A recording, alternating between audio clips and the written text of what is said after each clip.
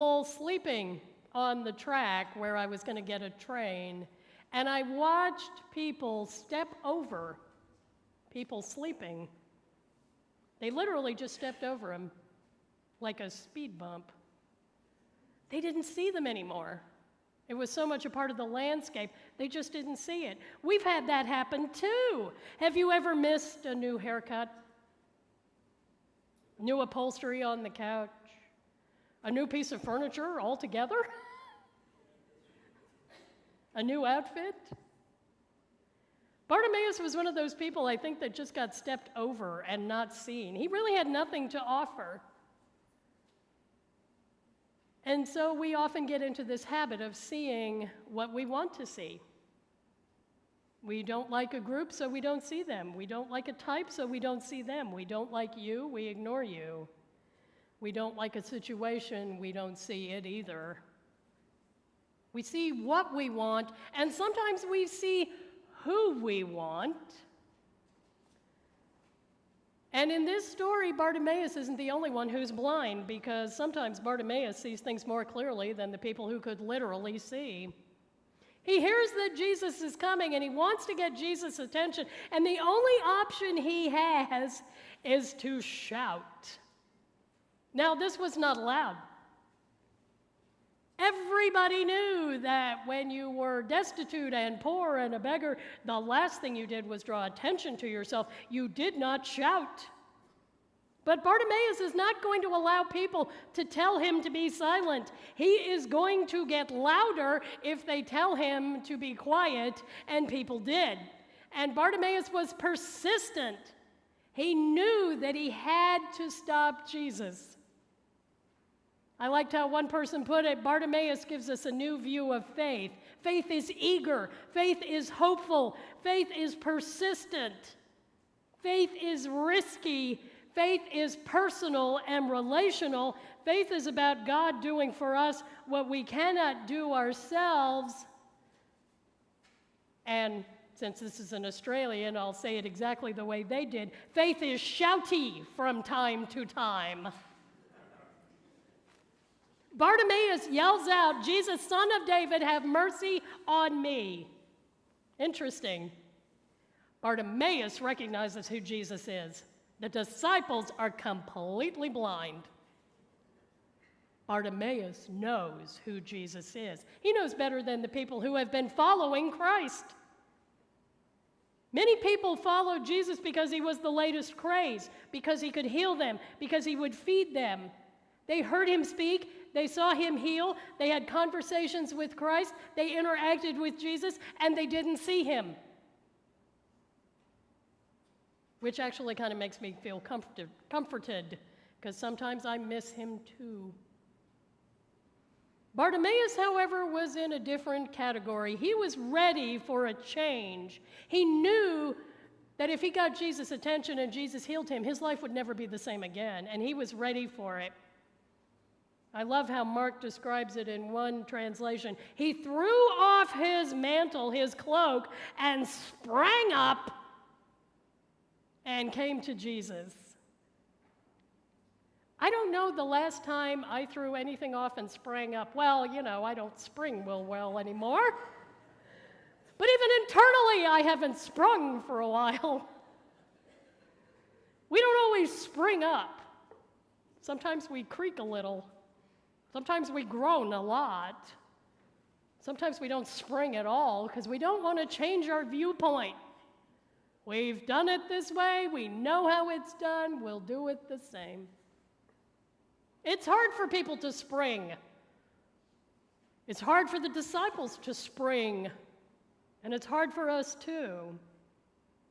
Everybody knew the law. Everybody knew the way society worked. Everybody accepted that. There was no springing allowed. But Bartimaeus was ready for a change, and he threw off his cloak and jumped up. Now, we may have to do it spiritually more than physically, but when was the last time you sprung or sprang? I've pulled things, but I haven't. Sometimes I just can't get up enough oomph Bartimaeus sees his relationship with Jesus. And I love this part. This is my favorite part of this whole little part of the gospel. Jesus asks Bartimaeus a really interesting question. He says, "What do you want me to do for you?" Can you imagine Jesus asking you that question? What do you want me to do for you? Do we want Jesus to make us less bitter because the world has stomped on us pretty hard? Do we want Jesus to help us feel more loved because we've been told we're not good enough or different? Or maybe we want to ask Jesus for strength because we're staring into the face of something that scares us. What do you want me to do for you? And then Bartimaeus answers that question this way. He says, "Teacher, I want to see again." I love his answer as much as I love the question. I think we should work with that question every day of our lives. What do we want Jesus to do for us? And then our answer, teacher. This is not a teacher that stands in a classroom behind a board. This is not a teacher who teaches a Bible study or a pastor who preaches a sermon. There's a very specific word that is used here. It's the same word that Mary uses in the garden at the resurrection. Mary doesn't recognize Jesus. Jesus calls her by her name, and she says, "Rabboni." It's the same word used here in this part of the gospel. It's more than rabbi, it's more than teacher.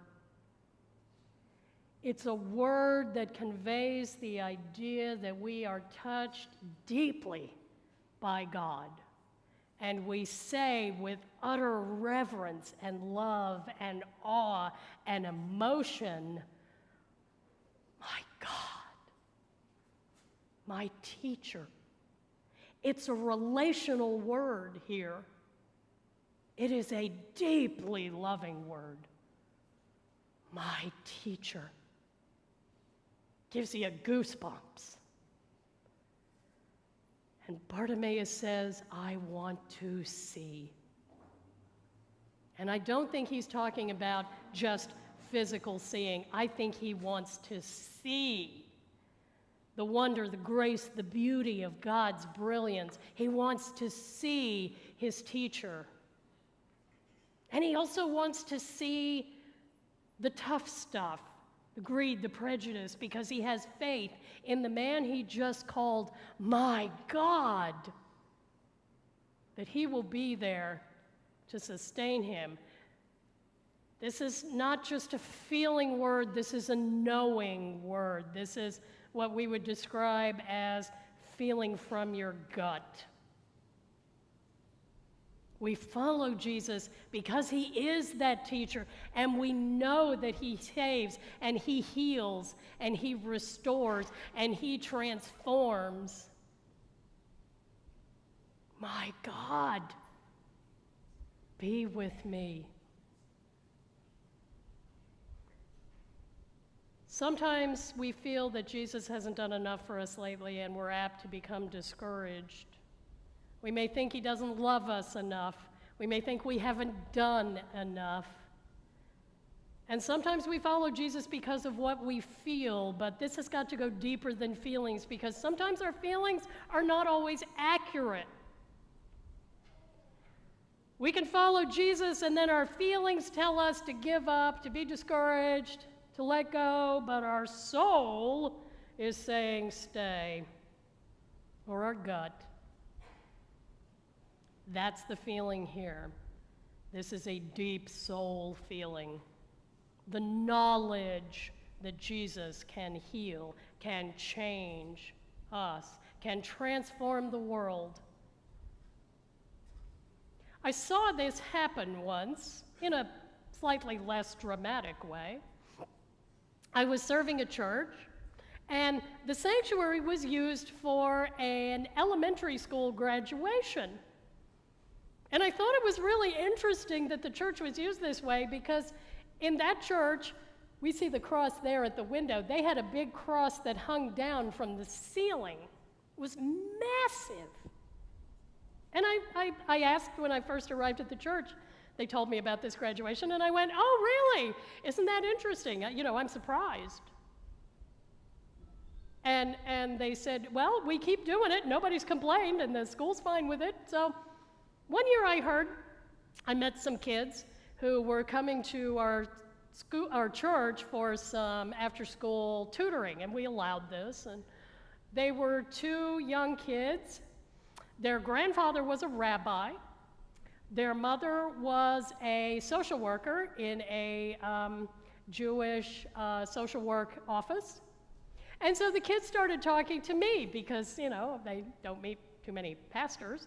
And so we started chatting, and they would tell me what they were learning in Hebrew school, and I would tell them about what we were doing in the church. And I got to meet their grandfather. And I said, Rabbi, I'm so thrilled to meet you. I said, are you coming to the graduation? Because one of the kids was graduating. And he said, oh, yes. And he must have noticed by the look on my face that I was a little concerned, because I didn't know how he felt about this. And he looked at me and he said, I think it is marvelous that my grandchildren get exposed to different ways of thinking. And they are welcomed here in a church. I think this is marvelous. And I'm like, oh, cool. And then a couple of years later, there was a teacher who was teaching at the school, and she was Muslim. And she came in for the practice, and she looked at our sanctuary. First thing you notice is the giant cross. And she walked up to me, and she said, you're the pastor? I said, yes, I am. She said, my name is, she told me what her name was, and she said, I think this is wonderful that our children get exposed to different ways of thinking. She was fine. The rabbi was fine. They thought it was great. It changes things. The power of God changes things. The Son of God changes things. The love changes things. We were accepting of all different types of folks in the church, and that sort of went out into the community. And so kids would come by who missed the bus because they knew we were a safe place where they could wait and call their parents to come pick them up to take them to school. Or if one of the parents was running late and got caught at work, they would call the church and say, my kids are going to be at the, in the parking lot, because the parking lot of the church was right next to the bus stop. Can they come in and wait for me inside the building so that there's a safe place for them to go? And we always said yes. That's that love. I saw it happen in that community. I also saw it somewhere else, too. I was watching a BBC program a number of years ago. It was called The Monastery. It was about 5 men in England who were chosen to go live in a Benedictine monastery for 40 days. And here's what they had to do. They had to agree to do whatever they were asked. They had to live like the monks in the monastery for 40 days. So they had to get up and pray when the monks prayed. They had to eat what the monks ate. They had to work when the monks worked. They got up every morning at 3:30 a.m. to start prayers. They worked outside. They observed the rules of silence. They followed the way the monks lived. Now, they came from totally different backgrounds. One had been incarcerated for most of his life. Another one was a party guy who spent money on drugs and alcohol. And I was struck by the discussion that 2 of these guys were having. They were making fun of the monks. They were laughing at them. They were saying rude things about them. They were making fun of how some of them walked because they were elderly. They were asking inappropriate questions just to be objectionable. They were really rude. They were really rude. I'm like, guys, don't you remember you're on television? Everybody can see you being rude. But one of the monks heard this and was obviously a little upset about it. And he told these two men, look, guys, you're really kind of crossing a line here. You're being a little bit inappropriate. And then it got interesting. Because then he started talking about his faith. And his whole face changed. And his voice changed. And he talked about how much he loved God and Jesus Christ, and how he gave his life for this, and how he prayed for them every single moment, and how he cared about these guys. And you could just see the love in his face and hear it in his voice. And these 5 men, they did a follow-up later. These 5 men were totally changed by this experience of just being immersed in this love. And the 2 men who were listening to this, you could see their faces begin to change because these guys were hard. They had been through the grinder, and they had never experienced that kind of love before. And instead of getting angry or defensive, this monk just talked about the love of God in the face of utter rejection and rudeness from these 2 men who were invited, by the way, to come and stay with these monks. So it was kind of a double insult. You know, you're guests in my home and you're insulting me. But he never spoke an unkind word to these guys. He was firm about the boundaries, but he was loving in the delivery. And it changed these men profoundly. In fact, the one who had spent most of his life incarcerated said it was the first time he had ever experienced anybody caring about him, because he had been in jail since he was about 16. And had done some really terrible things. And he said, I thought I was worth nothing. And I came to these men who knew about me, but loved me anyway. That's what Bartimaeus sees. I want to see. I want to see people as they truly are, warts and all. And that's okay. None of us are perfect. All of us are forgiven and loved. We see with the eyes of faith. And that is what I think the community and the world cries out for right now, are churches to come together, and synagogues and temples and prayer places to come together and say, we see with the eyes of faith, we see with the eyes of Jesus that hopefulness, that persistence, that love, that transforms everyone around us. That transforms everyone around us. Here's the problem that we sometimes run into. We have to be persistent. We have to keep going. We cannot give up. And that's hard for us. We can pray for our brothers and sisters who are Jewish. We can pray for people who are working for peace, who are not of our faith. We can pray for people who speak words of compassion. You know, the Muslim teacher that I met in one of the elementary schools spoke with words of compassion. And she taught her class compassion. She didn't speak about faith so much. She spoke about compassion. How do you treat people? How do you talk to people? How do you care for people? How do you love people? And I know some of the people who were part of the congregation that I served who taught also did the same thing. How do you love people? How do you care for people? How do you show compassion? If we give up and we choose anger and hatred, we are lost.